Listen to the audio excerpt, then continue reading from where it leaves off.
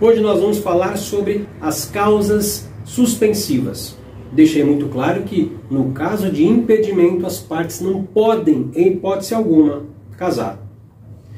No caso de hoje, as partes podem, mas não devem casar, porque envolve uma questão patrimonial que ainda não foi resolvida.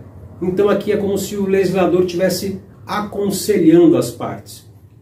Olha só, você quer casar? Mas primeiro resolve isso aqui. Primeiro espera um tempinho para depois seguir com um novo matrimônio. O primeiro caso é o seguinte: o viúvo ou a viúva que teve filhos com o falecido, enquanto não for feita aí a partilha de bens por meio do inventário, o legislador fala: olha, resolve isso primeiro. Depois de resolvida a questão da partilha de bens, parte para o novo matrimônio. Ah, mas se a pessoa insistir, ela quer casar, tudo bem. A pessoa casará sob o regime da separação obrigatória. Tá certo? Segundo caso, a viúva ou a mulher que teve o casamento nulo ou anulado até 10 meses depois do estado de viuvez ou da dissolução da sociedade conjugal. Mas por que esses 10 meses?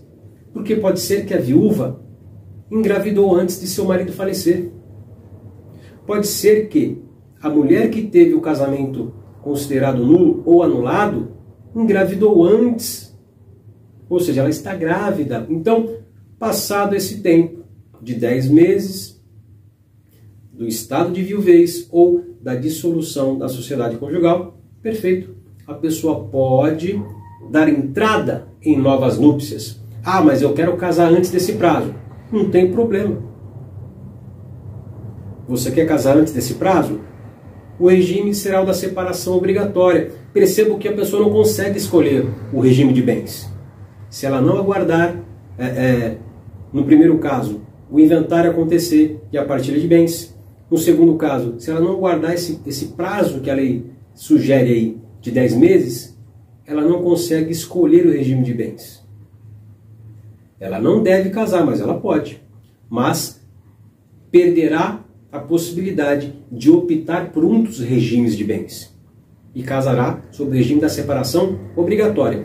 Terceiro caso, as pessoas que se divorciam enquanto não for realizada a partilha de bens. A lei sugere o seguinte: espera um pouco, resolve isso. Ah, não, eu quero casar mesmo assim. Vou fazer a partilha de bens depois. Tudo bem. Casará sob o regime da separação obrigatória. Percebam que, nesses casos, a pessoa perde o direito de escolher um dos regimes e casará sob o regime da separação obrigatória.